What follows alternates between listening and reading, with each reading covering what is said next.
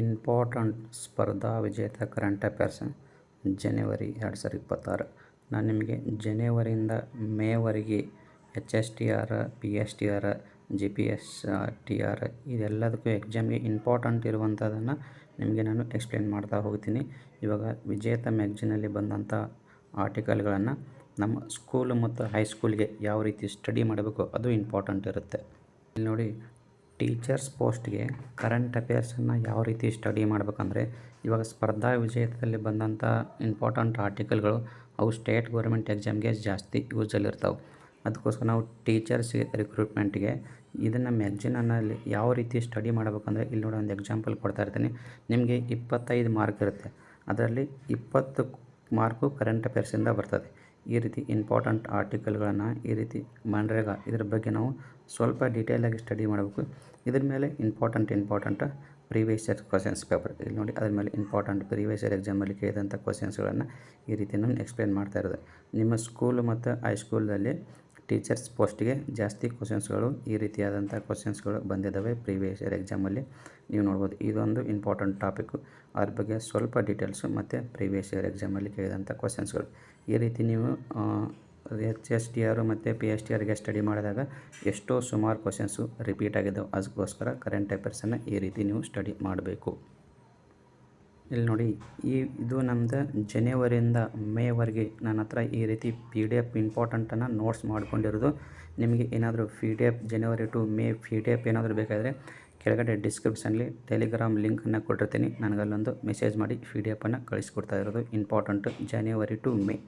ನೋಡಿ, ಮನ್ರೇಗಾ ಕಾಯ್ದೆ, ಇದು ಮುಂಚೆ ಮನ್ರೇಗಾ ಇತ್ತು, ಇದನ್ನು ಇವಾಗ ಮರುನಾಮಕರಣ ಮಾಡಿದ್ದಾರೆ. ಏನು ಮರುನಾಮಕರಣ ಮಾಡಿದರೆ ಅಷ್ಟೇ ತಿಳ್ಕೊಬೇಕು. ಎಕ್ಸಾಮ್ ರಿಲೇಟೆಡು ಕ್ವಶನ್ಸನ್ನು ಕೇಳ್ತಾರೆ. ಇದು ಇಂಪಾರ್ಟೆಂಟ್ ಇದೆ, ಯಾಕಂದರೆ ಇದು 1 ತಿಂಗಳ ನ್ಯೂಸಲ್ಲಿದೆ. ಹಿನ್ನೆಲೆ ಮತ್ತು ನೂತನ ನಾಮಕರಣ ಏನು? ಹೊಸ ಹೆಸರು. ಜಗತ್ತಿನ ಅತಿ ದೊಡ್ಡ ಸಾಮಾಜಿಕ ಭದ್ರತಾ ಕಾರ್ಯಕ್ರಮವೆಂದು ಖ್ಯಾತಿಯಾಗಿದ್ದ ಮಹಾತ್ಮ ಗಾಂಧಿ ರಾಷ್ಟ್ರೀಯ ಗ್ರಾಮೀಣ ಉದ್ಯೋಗ ಖಾತ್ರಿ ಅಂದರೆ MG ನರೇಗಾ, ಇದ್ರ ಫುಲ್ ಫಾರ್ಮ್ ಕೇಳ್ತಾರೆ. Mahatma Gandhi national rural employment guarantee act. ಇದು ನೆನಪಲ್ಲಿ ಕೇಂದ್ರ ಸರ್ಕಾರವು ವಿಕಸಿತ ಭಾರತ ಗ್ಯಾರಂಟಿ ರೋಜ್ಗಾರ್ ಮತ್ತು ಆಜೀವಿಕಾ ಮಿಷನ್ ಕಾಯ್ದೆಯನ್ನಾಗಿ ಇದನ್ನು ಹೆಸರನ್ನು ಬದಲಾಯಿಸಿದೆ. ಮುಂಚೆ MG ನರೇಗಾ ಇತ್ತಲ್ಲ, ಅದನ್ನು ಹೆಸರು VBG ರಾಮ್ಜಿ ಆ್ಯಕ್ಟ್ ಎಂದು ಮರುನಾಮಕರಣ ಮಾಡಿದ್ದಾರೆ. ಇದು ನಿಮಗೆ ನೆನಪಿಲ್ಲ.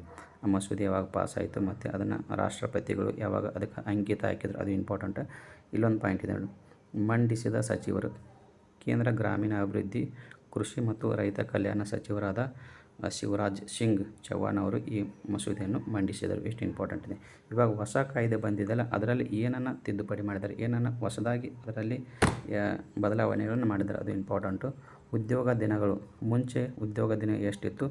100 ದಿನಗಳು ಇತ್ತು. ಇವಾಗ ಅದನ್ನು 125 ದಿನಕ್ಕೆ ಹೆಚ್ಚಿಗೆ ಮಾಡಿದ್ದಾರೆ. ನೆಕ್ಸ್ಟ್ ಹಣಕಾಸು. ಇವಾಗ ಹಣಕಾಸು ಮುಂಚೆ ನೋಡಿ, ಈಶಾನ್ಯ ರಾಜ್ಯಗಳು ಮತ್ತು ಹಿಮಾಲಯದ ರಾಜ್ಯಗಳನ್ನು ಹೊರತುಪಡಿಸಿ ಉಳಿದ ಎಲ್ಲ ರಾಜ್ಯಗಳಲ್ಲಿ ಕೇಂದ್ರ ಮತ್ತು ರಾಜ್ಯ ಸರ್ಕಾರದ ನಡುವಿನ ಧನ ಸಹಾಯ ಅನುಪಾತವು 60:40 ಆಗಿರುತ್ತದೆ. ಇಂಪಾರ್ಟೆಂಟ್. ಹಳೆ ಕಾಯ್ದೆಯಲ್ಲಿ 90:10 ಇತ್ತು, ಇವಾಗ 60:40 ಅಂದರೆ 60% ಕೇಂದ್ರ ಸರ್ಕಾರದ್ದು, 40% ರಾಜ್ಯ ಸರ್ಕಾರದ್ದು. ಇದು ನಿಮಗೆ ನೆನಪಿರಲಿ, ಇದು ಓದ್ಕೊಳ್ಳಿ. ಉದ್ಯೋಗ ಭತ್ಯೆ. ಕೆಲಸ ಕೋರಿ ಅರ್ಜಿ ಸಲ್ಲಿಸಿದ 15 ದಿನಗಳ ಒಳಗಾಗಿ ಉದ್ಯೋಗ ನೀಡದಿದ್ದರೆ ರಾಜ್ಯ ಸರ್ಕಾರವು ಆ ವ್ಯಕ್ತಿಗೆ ನಿರುದ್ಯೋಗ ಭತ್ಯೆಯನ್ನು ಪಾವತಿಸಬೇಕಾಗುತ್ತದೆ. ಇಂಪಾರ್ಟೆಂಟು. ಇದು ಅರ್ಥದಿಂದ ನೋಡ್ಕೊಳ್ಳಿ, ಇಷ್ಟು ಇಂಪಾರ್ಟೆಂಟು. ಹಳೆಯ ಕಾಯ್ದೆಯಲ್ಲಿ ಏನಿದೆ ಸ್ವಲ್ಪ ನೋಡ್ಕೊಳ್ಳಿ, ಇಂಪಾರ್ಟೆಂಟು. ಈ PDF ಏನಾದರೂ ಬೇಕಾದ್ರೆ ನನಗೆ ಕೆಳಗಡೆ ಡಿಸ್ಕ್ರಿಪ್ಷನಲ್ಲಿ ಟೆಲಿಗ್ರಾಮ್ ಲಿಂಕಿಗೆ ಒಂದು ಮೆಸೇಜ್ ಮಾಡಿ. ಇಲ್ಲಿ ನೋಡಿ, ಪ್ರೀವಿಯಸ್ ಇಯರ್ಸ್ ಕ್ವಶನ್ ಪೇಪರ್ ಮತ್ತು ಮೇಲೆ ಇರುವಂಥ ಟಾಪಿಕ್ ಮೇಲೆ ನಾನು ತೆಗೆದಂಥ ಇಂಪಾರ್ಟೆಂಟ್ ಕ್ವಶನ್ಸ್. 2025 ಡಿಸೆಂಬರಲ್ಲಿ ಮಹಾತ್ಮ ಗಾಂಧೀಜಿ ರಾಷ್ಟ್ರೀಯ ಗ್ರಾಮೀಣ ಉದ್ಯೋಗ ಖಾತ್ರಿ ಕಾಯ್ದೆಯನ್ನು MG ನರೇಗಾ ಯಾವ ಹೆಸರಿನಿಂದ ಮರುನಾಮಕರಣ ಮಾಡಲಾಯಿತು? ವಿಕಸಿತ ಭಾರತ ಗ್ಯಾರಂಟಿ ರೋಜ್ಗಾರ್ ಮತ್ತು ಆಜೀವಿಕಾ ಮಿಷನ್ ಕಾಯ್ದೆಯಾಗಿ ಅದನ್ನು ಮರುನಾಮಕರಣ ಮಾಡಲಾಗಿದೆ. ಮುಂಚೆ ಎಷ್ಟು ನೋಡಿ, ನೂತನ VG ರಾಮ್ಜಿ ಕಾಯ್ದೆ 2025 ಪ್ರಕಾರ ಗ್ರಾಮೀಣ ಕುಟುಂಬವೊಂದರಿಗೆ ಒದಗಿಸುವ ಖಾತರಿ ಉದ್ಯೋಗ ದಿನದ ಸಂಖ್ಯೆ ಎಷ್ಟಿತ್ತು? ಮುಂಚೆ 100 ಇತ್ತು, ಇವಾಗ ಅದನ್ನು ಎಷ್ಟಕ್ಕೆ ಹೆಚ್ಚಿಗೆ ಮಾಡಿದ್ದಾರೆ? 125 ಹೆಚ್ಚಿಗೆ ಮಾಡಿದ್ದಾರೆ. ನೆಕ್ಸ್ಟ್ ನೋಡಿ, ಹೊಸ ಕಾಯ್ದೆ ಅನ್ವಯ ಸಾಮಾನ್ಯ ರಾಜ್ಯಗಳಲ್ಲಿ ಕೇಂದ್ರ ಮತ್ತು ರಾಜ್ಯ ಸರ್ಕಾರದ ನಡುವಿನ ಧನ ಸಹಾಯ ಹಣಕಾಸು ಹಂಚಿಕೆ ಅನುಪಾತ ಎಷ್ಟಿದೆ? 60:40. 60 ಕೇಂದ್ರ ಸರ್ಕಾರ, 40 ರಾಜ್ಯ ಸರ್ಕಾರದ್ದು. ಇದು ಕ್ವಶನನ್ನು ಓದ್ಕೊಳ್ಳಿ, ಇಂಪಾರ್ಟೆಂಟ್. ನೆಕ್ಸ್ಟ್ ಕೆಳಗಡೆ ಭಾರತದಲ್ಲಿ ಮೊದಲ ಬಾರಿಗೆ ರಾಷ್ಟ್ರೀಯ ಗ್ರಾಮೀಣ ಉದ್ಯೋಗ ಖಾತರಿ ಯೋಜನೆ ಯಾವ ದಿನಾಂಕದಂದು ಅಂಗೀಕೃತ ಮಾಡ್ತೀವಿ ಅಂದರೆ ಮುಂಚೆ ಯಾವಾಗ ಆಯಿತು ಅಂದರೆ 2006 ಫೆಬ್ರವರಿ 2ರಂದು. ಇದು ಇಂಪಾರ್ಟೆಂಟ್. ಪ್ರತಿ ವರ್ಷ ಭಾರತದ ಯಾವ ದಿನವನ್ನು ಮನ್ರೇಗಾ ಎಂದು ಆಚರಿಸಲಾಗುತ್ತದೆ? ಫೆಬ್ರವರಿ 2ರಂದು. ಹಳೆಯ ನರೇಗಾ ಕಾಯ್ದೆ ಮಹಾತ್ಮ ಗಾಂಧಿ ಅವರ ಹೆಸರನ್ನು ಸೇರಿಸಿ ಮನ್ರೇಗಾ ಎಂದು ಯಾವ ವರ್ಷ ಮರುನಾಮಕರಣ ಮಾಡಲಾಯಿತು? ಯಾವ ವರ್ಷ? 2009 ಅಕ್ಟೋಬರ್ 2ರಂದು. ಇಲ್ಲಿ ನೋಡಿ, ಇದು ಮನ್ರೇಗಾ ಕಾಯ್ದೆಯಲ್ಲಿ ಮಹಿಳೆಯರಿಗೆ ಎಷ್ಟು % ಮೀಸಲಾತಿ ಇದೆ ಅಂತ ಕೇಳ್ತಾರೆ. 1/3 ಅಂದರೆ 1:1/3 ಸುಮಾರು 33.33%. ಗ್ರಾಮೀಣ ಭಾಗದಲ್ಲಿ ಅರ್ಹ ವ್ಯಕ್ತಿ ಕೆಲಸಕ್ಕಾಗಿ ಅರ್ಜಿ ಸಲ್ಲಿಸಿದ ಎಷ್ಟು ದಿನಗಳ ಒಳಗಾಗಿ ಉದ್ಯೋಗ ನೀಡದಿದ್ದರೆ ಸರ್ಕಾರವು ಕಡ್ಡಾಯವಾಗಿ ನಿರುದ್ಯೋಗ ಭತ್ಯೆ ನೀಡಬೇಕು. ಅಂದರೆ 15 ದಿನದ ಒಳಗಾಗಿ ಆ ವ್ಯಕ್ತಿಗೆ ಯಾರು ಅರ್ಜಿ ಸಲ್ಲಿಸಿರ್ತಾರಲ್ಲ ಆ ವ್ಯಕ್ತಿಗೆ ಕೆಲಸವನ್ನು ಕೊಡಲೇಬೇಕು. ಕೊಡದಿದ್ದರೆ ಅವರಿಗೆ ಸರ್ಕಾರ ಮತ್ತು ಭತ್ಯೆಯನ್ನು ನೀಡಬೇಕಾಗುತ್ತದೆ. ಇದು ಇಂಪಾರ್ಟೆಂಟ್. ಇಲ್ಲಿ ನೋಡಿ, ಮನ್ರೇಗಾ ಯೋಜನೆಯಡಿ ನೋಂದಾಯಿತ ಕಾರ್ಮಿಕರಿಗೆ ಅವರ ವಾಸಸ್ಥಳದಿಂದ ಗರಿಷ್ಠ ಎಷ್ಟು ಕಿಲೋಮೀಟರ್ ವ್ಯಾಪ್ತಿಯೊಳಗೆ ಕೆಲಸ ಒದಗಿಸಬೇಕು? ಅಂದರೆ 5 ಕಿಲೋಮೀಟರ್ ಒಳಗಡೆ ಅವರಿಗೆ ಕೆಲಸವನ್ನು ನೀಡಬೇಕು. ನೆಕ್ಸ್ಟ್, ಇದು ಇಂಪಾರ್ಟೆಂಟ್ ಇದೆ. ಇದು